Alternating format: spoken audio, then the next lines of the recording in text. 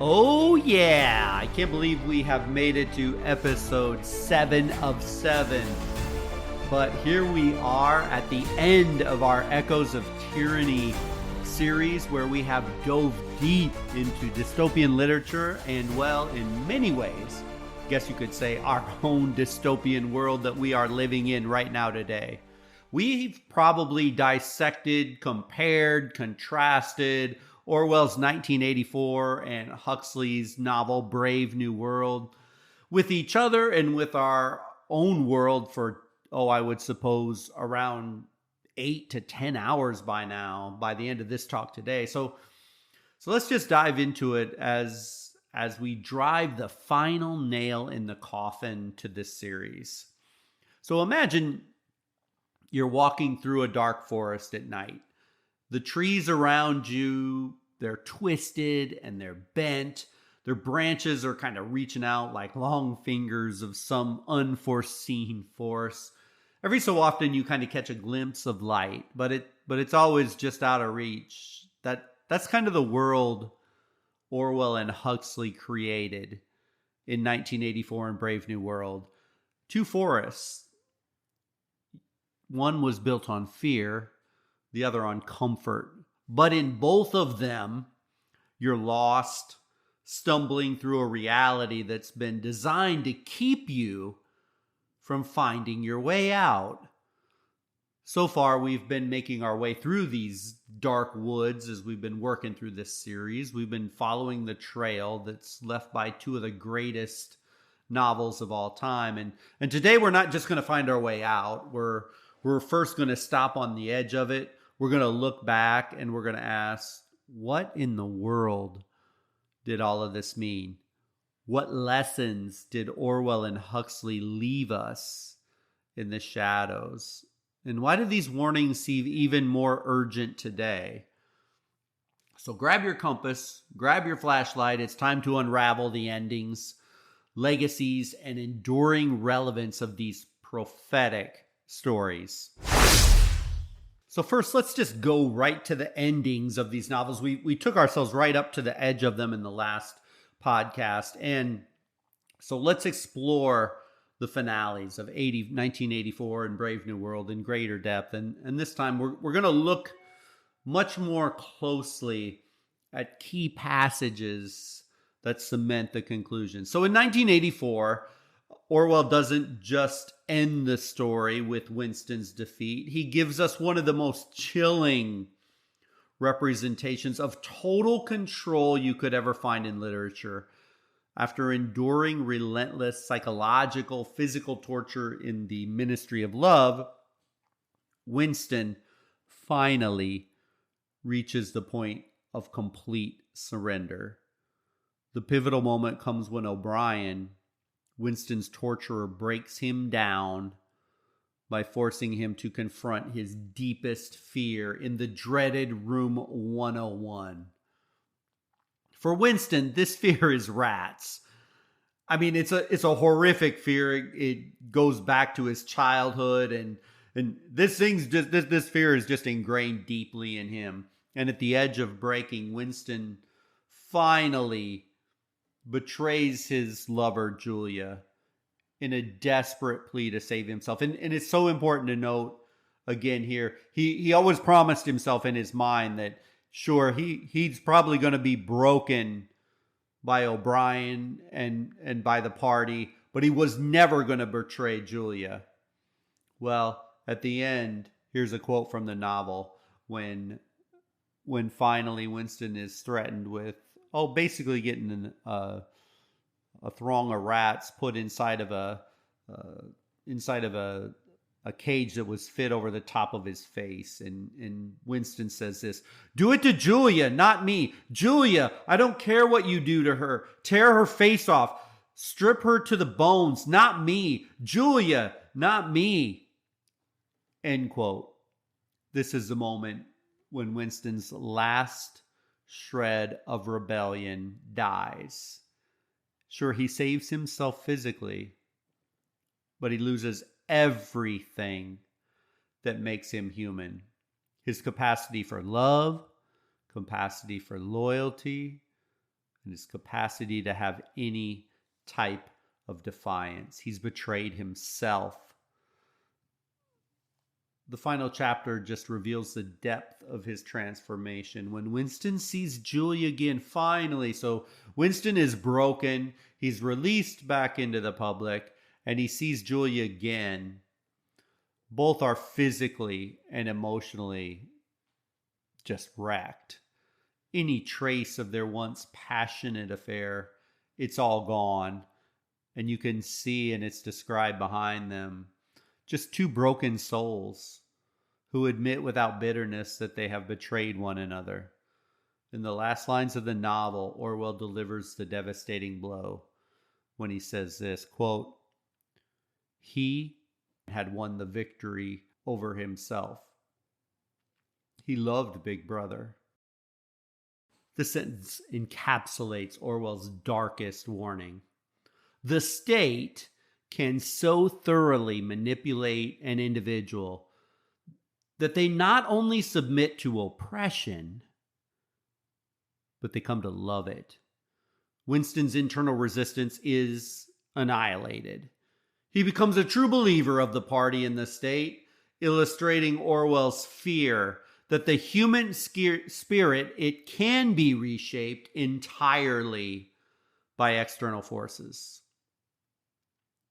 But on the other hand, we look at the ending of Brave New World, and it has a different but equally devastating kind of tragedy. Remember our hero John the Savage's fate? It's not the result of brute force, but of spiritual and psychological despair. Because after he escaped the suffocating control of the world state, where pleasure, stability, and comfort, they reign supreme, John attempts to reclaim his autonomy through self-imposed exile. He would rather be alone by himself than be part of this fake facade of people. He retreats to this abandoned lighthouse, and he tries to practice just physical and emotional purging. He's hoping to cleanse himself of the artificiality of the society that he just had grown to despise since he was brought there. And however, the relentless curiosity of the world state citizens turn him into a spectacle. Crowds gather to watch him whip himself in this desperate attempt to reject the hollow pleasures of the quote-unquote brave new world. He becomes a zoo animal. And in the end, John succumbs to the very forces that he wanted to escape from. He's unable to reconcile his desire for purity and truth with that inescapable superficiality of society around him. And to put it bluntly, he hangs himself. And the final image of the novel is brutal. Quote, "Slowly, very slowly, like two unhurried compass needles, the feet turn towards the right, north, northeast, east, southeast, south, south, southwest," then paused, and after a few seconds, turned as unhurriedly back towards the left, south, southwest, south, southeast, east. End quote. Huxley just leaves us with a haunting image of John's lifeless body hanging, rotating slowly like a symbol of his failed rebellion against a world that numbs, distracts, and consumes without mercy. In this final moment, Huxley suggests that even the fiercest individual spirit can be crushed. Not even through direct oppression, but by an unyielding tide of very shallow pleasures and loss of meaning. Both of these novels end in defeat, but in the nature of that defeat is crucial. Orwell's world was one of violent coercion, where the state obliterated the mind through fear and control. Huxley's dystopia is even more insidious. It's a society where control is exerted not through punishment, but through the seduction of pleasure and convenience, luring even the most resistant into submission. And when you look at it, both characters in the end, nobody even batted an eyelash at them. Although the ends of both were horribly tragic, the truth is nobody else in society cared at all. These novels didn't just stay on the shelf. When we think of the legacy of 1984 and Brave New World, these two novels, they've woven themselves into the very fabric of our culture, and it shaped how we think about power, freedom, society after you read these things. And you might be thinking, oh, that's a little bit too much there. That can't be true. But hear me out just for a few minutes here as I'll bring up 5 different ways that these novels hit the nail on the head on things going on in our society right now. The first one, just language in general, the language of control. Orwell gave us phrases like Big Brother, doublethink, thought crime, concepts that have slipped seamlessly into our everyday vocabulary. Whenever we talk about surveillance or censorship, we're living in Orwell's world. Let's just go with things like the Ministry of Truth, where history is altered, or the quote-unquote Ministry of Love, where political dissidents are tortured and often even killed. And let's contrast that against our modern political language, where when we look after 9/11, the Patriot Act, sounds so patriotic. You must be a real lover of America to believe the Patriot Act. If you don't, how horrible must you be? And this was meant to save us from terrorism, by the way, but it basically robbed us very quietly of all of our personal freedoms and gave the ability to spy to the CIA, the NSA, at levels that are cringeworthy at the minimum. Or if you don't like that one, how about the Inflation Reduction Act, which was enacted basically to slow our inflation down, but it actually led to inflation just spiraling out of control as trillions of dollars were handed out all across the economy, from people to companies all over the place. The gaslighting and labeling of anyone who doesn't agree with an opinion as being either a fascist, a communist, a sexist, a racist, a misogynist, or whatever label fits at that time, depending on whatever side of the argument you might be in. Or my favorite, we need to save democracy by limiting free speech online. For what? To protect us from disinformation, of course. But disinformation from who? And who gets to label something as disinformation? And why should I trust the labeler of that? I mean, the language of control is getting stronger and stronger every day by governments and even our multinational corporations. Another one, the rise of the nanny state. Huxley's vision of a government that keeps its population docile through pleasure, material things, distraction, never been more relevant than our world today.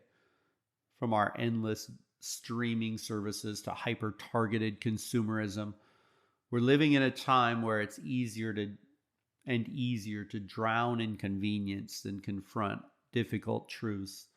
Huxley's warning about the dangers of a society obsessed with comfort has become a cautionary tale about our own addiction to technology and entertainment. Another one, The Surveillance State. Both novels predicted the rise of modern surveillance, all in different ways, of course. Orwell's Oceania is a place where you're always watched by the state, a reality mirrored in today's existence of government surveillance programs. Huxley, on the other hand, visioned a society where people willingly just gave up their privacy in exchange for comfort, which sounds eerily similar to the way we trade personal data for quote unquote free accounts. I'm talking to you, Facebook and X and Instagram, all of you. Every single time that you exchange for, oh, it's a free account, nothing is free, and that's not free. Your data is being tracked. Whether it's government eyes or corporate algorithms, our privacy is shrinking day by day. Sometimes, like the Patriot Act, it's taken away from us by the government in the guise of protecting the nation. Other times, it's just for mere convenience. And it's free. Isn't free wonderful? The truth is, the surveillance state is real, and probably more than even Orwell or Huxley could have imagined. The war on truth, Orwell's concept of doublethink, the ability to hold two contradictory beliefs at the same time, has crept into our political discourse at despicable levels, especially when it comes to the manipulation of truth, the erosion of objective facts, the rise of quote-unquote alternative facts, and the relentless spin of information are straight out of 1984, as facts are just slippery narratives easily rewritten. The gaslighting is a chilling reality of how powerful these machines can be in manipulating truth. And then the fifth thing, just the question of free will. No, both of these novels, they force us to grapple with the question of freedom. What does it mean to be truly free? Is freedom the ability to make choices? Or are those choices themselves actually an illusion when we're shaped by a system designed to control you and I from the outset? Brave New World and 1984 remind us that it's not just about external freedoms, but internal ones. Freedom to think, to feel, and act without invisible chains. So really, where does this leave us? In a place where these books aren't just literature, or you could almost use them as a guide, a tool for survival. And if you haven't read 1984 Brave New World, now is the time to do it. Revisit these works. I know every week I talk about it, but you should read these novels. Not just to admire their craft because they're fun and interesting stories to read, but to arm yourself against the very real threats they subscribe. You see, when governments overstep, when corporations silence dissent through algorithms, when truth becomes murky, these books, they can help us see clearly, at least at the attempts at manipulation. They remind us to question, to resist complacency, and to safeguard our ability to think freely. If we don't, the dystopias of Orwell and Huxley won't remain fiction. They'll become more and more our children's reality. Reading these novels isn't an exercise in nostalgia. It's an act of rebellion. It's about reclaiming our agency in a world that's trying to take it away. And do not be mistaken, large governments, large corporations, those with power and money and influence want to take these things away, piece by piece, distraction by distraction, regulation by regulation, because as citizens, nobody's going to save us or help us but you and I. It's our collective duty to stay vigilant. We need to speak out and we need to push back. If we don't, we risk sleepwalking into a future where the worst nightmares of these authors become the waking world for the next generation. As I was getting ready to record the final episode that I'm talking to you right now with, I ran across this quote before I did it, and I decided on the fly that I wanted to close this series on a singular idea. I know the novel's more complex and nuanced, but I think we've beat it and covered it from pretty much every angle that I can think of covering it. I'm sure there's more, but we pretty much hit all the main concepts, ideas across both of those novels. And the quote that I ran across was from C.S. Lewis, and he once said this, quote, "Of all tyrannies, a tyranny sincerely exercised for the good of its victims may be the most oppressive. It would be better to live under the robber barons than under omnipotent moral busybodies. The robber baron's cruelty may sometimes sleep. His cupidity may at some point be satiated, but those who torment us for our own good will torment us without end, for they do so with the approval of their own conscience." End quote. I read that as I was getting ready to do this podcast. I'm like, dang, that okay. I gotta focus on this. So let's dive into this quote a little more. So to close out this series, let's draw some parallels here. Not just Orwell's 84 and Brave New World as we've been doing, but that kind of quote unquote benevolent oppression that shows up in our world today. To me, it's the most infuriating type of oppression that we get. When a government tells me they're going to do something for me because they love me and care about me, it just infuriates me. So let's break this down a little further. Orwell, 1984. He wasn't just giving us that brutal totalitarian regime to be scared of. He was holding up a mirror to the kind of tyranny that thrives under the guise of doing what's necessary. You remember Big Brother didn't just simply oppress for the sake of oppression. No. It was the party's vision of a better world. Every act of surveillance and every moment of thought policing was wrapped up in this language of protection, of saving people from themselves. The thought police aren't out to get you because you're a terrible person. They're there to help you. They're there so that you stay on the straight and narrow, to ensure that you never slip up, according, of course, to their moral compass. In 1984, the tyranny is sincerely exercised for the good of its victims. That's what O'Brien said. It's a tyranny that justifies its torture through its own moral virtue.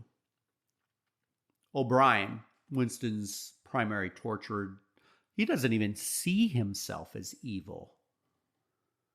He's there to correct Winston, to realign him with the truth that the party sees. It's the most dangerous kind of oppression, and the kind of oppression that never ceases.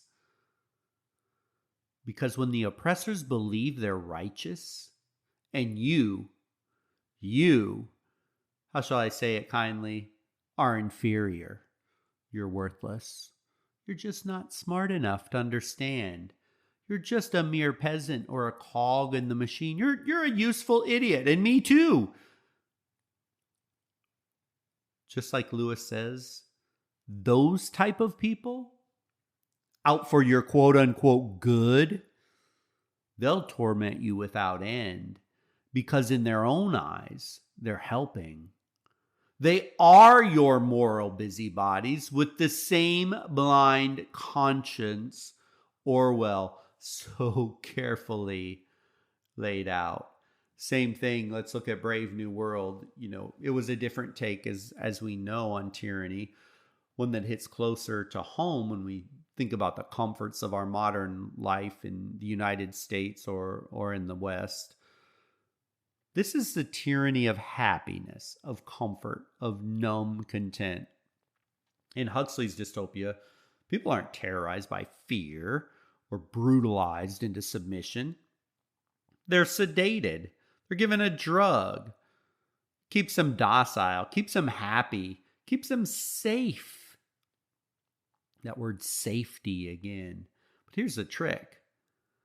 Once again, it's all done in the name of people's good. The world state in Brave New World doesn't look like the terror machine of 1984.